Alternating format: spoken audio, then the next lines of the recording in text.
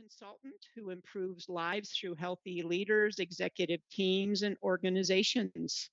Some of Jonathan's top skills include organizational health, performance improvement, growth initiatives, strategic leadership, entrepreneurship. That's a mouthful. And he is a published author, mentor, and now friend of Accountability and Hopeful Fridays. So we welcome Jonathan, and as we like to do with all of our guest speakers, we kick it off by asking if you would please share one piece of insider knowledge that many job seekers might not be aware of, but would find incredibly helpful in their job search. All right. Well, first of all, do you guys still wear hats on Fridays? We do. I have this bulky headset and I have yet to find a hat that fits over it. So apologies for being a nonconformist, but okay. I've tried like those little fascinators, but they never show up on camera. So anyway, thank you for sporting your red R hat. Rutgers? Well, this stands for Rutgers, my undergraduate university, and they're playing Iowa tonight. So I hope you guys are all tune in and root Rutgers to beat Iowa, so they get their Big Ten season off to the right start. If there's Nice. any Iowa fans on the phone and on this call, I'm sorry, no offense. Well, welcome and go. We hope the what is your mascot? It's Scarlet Knights. Hey, someone put up there, Scarlet Knights. Yep, go Scarlet Knights. The floor is yours. Sure. Well, I put two documents in the meeting chat. I see some people already saw it and liked it, which I appreciate. I wrote a book, published it about 18 months ago, called Faith-Driven Job.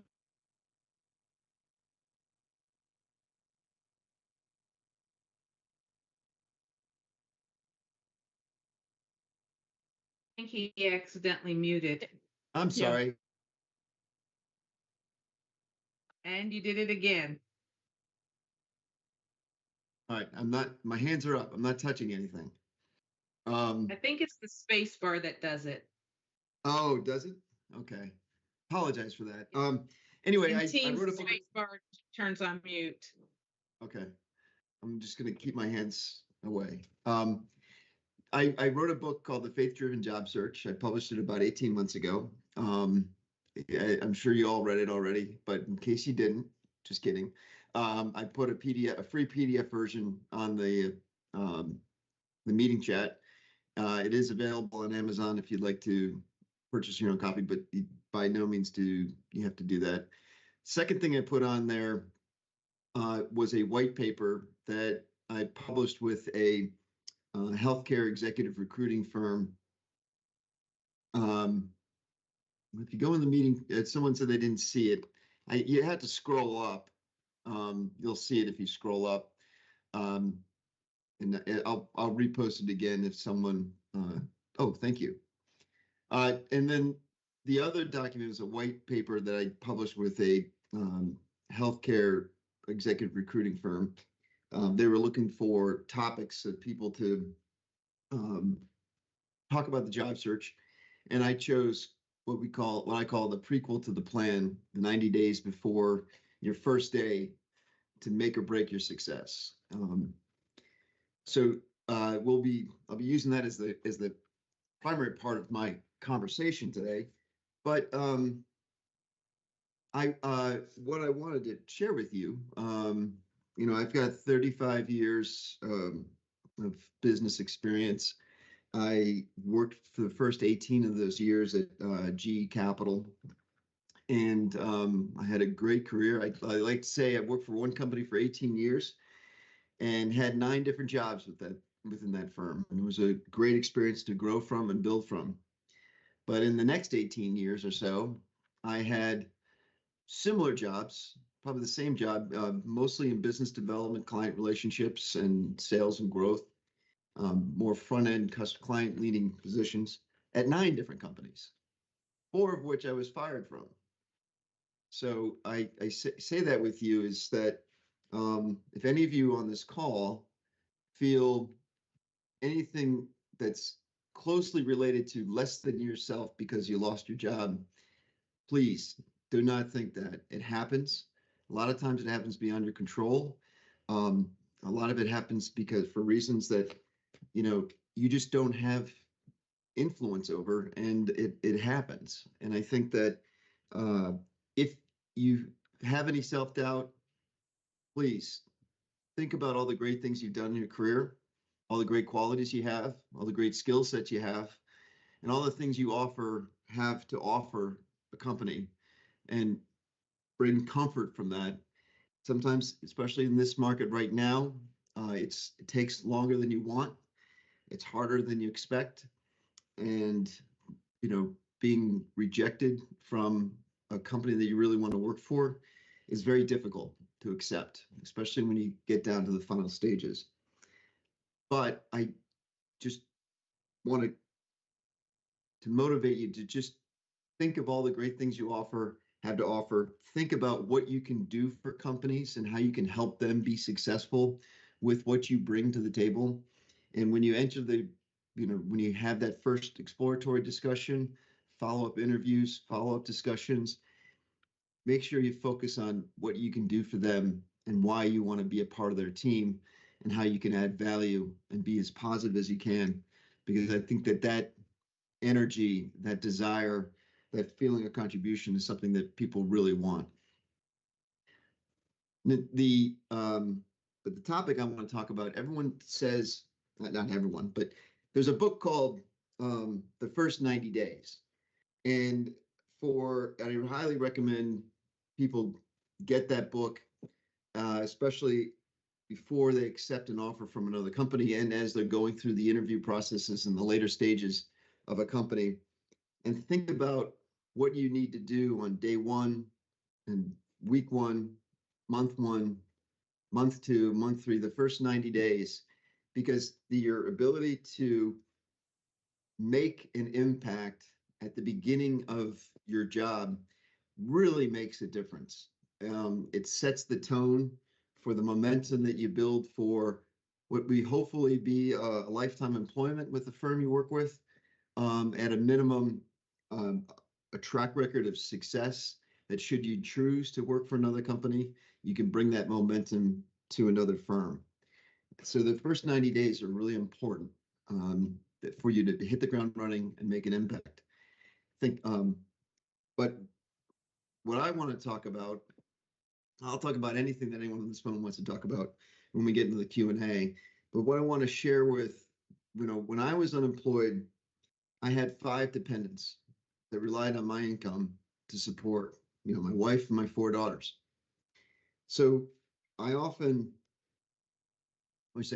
when I was in a job search, I didn't have the luxury of picking and choosing what I wanted to do. I really needed to get a job with healthcare and a good solid income and significant potential to grow from that. And when I went through the process and when I got the offer, I often was promised, hey, you're going to get a big title, or you're going to get promoted in 6 months, or you're going to report directly to some significant person. You're going to be empowered to make certain decisions. You're going to be able to hire your own team. You're going to be able to get rid of people that are on your team that don't fit with you. And, just all of these kind of things. After a year, you're going to become vested in your 401k plan. You're going to get stock options, all these things that sound great, but unless they're given to you on day one, there's a good chance that you will not get it by day 365, or they'll gloss over the issues and say, well, we didn't really mean you need to hire your own team, or you didn't have control over your budget, or, you can't get rid of people that don't fit with where you want to take it. They kind of couch those things. And also, a lot of times companies are hiring you because they got rid of someone, and that may or may not have been a fair reason for them to get rid of that person that you're replacing. You want to know why did that person leave? Why was that person fired? Why are they replacing this position, or why are they creating a new position? what are some of the things underneath that are going on that relate to issues that the company had and they're hiring you to solve or fix or, cover up to some degree. Now, it all depends, a lot of these issues that I'm talking about really depend on the level in which you work at and the roles you're looking for. But in general, I think it makes sense for you is not to just jump at the first offer you receive. I know there's a lot of people were in a position like I was, where I needed to make an income for people that depended on me, or I was, running out of savings or running low on, free, my ability to continue to pay for Cobra or other things. But I think it's really important that you ask those tough questions. Once you get going down the stage of getting an offer, they want to give you an offer, say, well, I'd like to cover a few things that were brought up in my interview, or a few things that I discovered through using AI that talked about potential issues with the company. I'd like to chat about my prior, the person that had this job before me and what they had success with and why they left. And also, it's a good time for you to do back channel. LinkedIn has got so many people that show where they used to work. You can ask them, hey, did you enjoy working there? Why did you leave? Why did you go to a different company? Why aren't you still there? And find answers to questions that you were probably afraid to ask during an interview because you wanted to put together your best foot forward for people to be impressed with your enthusiasm and excitement for the role.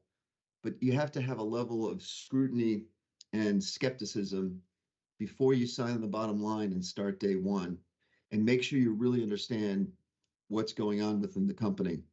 So you can see from the document that I shared, you can see from what's up here, some of the things that I wrote about, just some ideas. And that's, take your time to read it, think about things, do your research. Don't be afraid, and don't hesitate to ask the second, third, fourth tough question, because the worst thing that can happen is you start a job, you get into it, and usually around 90 days, the honeymoon period is over, and you start to say, oh boy, I don't know if I should have been here. I thought the grass was greener, but it's not. This is a tough situation. And then you have to start looking for another role. So that's my preamble. I'm happy to talk about anything that anyone wants to talk about, but I wanted to share that experience mainly because I made mistakes in many jobs that I took. My biggest issue, I don't know if any of you guys use Working Genius or not, or have taken Working Genius, but one of my frustrations is discernment. And discernment is someone that looks at situations and identifies and recognizes where the problems are, where the issues are. And my genius within Working Genius is galvanization and tenacity. And what that means is I like to just get in, get things done, and make things happen. And I figure, I've got the confidence and I got the ability, I'll fix these problems. But what I really need to do is step back and be a little bit more cynical about the job and not looking at things so positively and such a can-do, and just say, I heard they sold off a division. I wonder why. I heard they didn't make the numbers last quarter. I wonder why. They're replacing me with someone that they're kind of not telling me what happened to my predecessor. Who am I really working for? And those sorts of things. And that's what I'm encouraging you to do through this topic and what I'm sharing today. So how do I don't want to ramble on, because I find the best discussions come from questions in the audience. And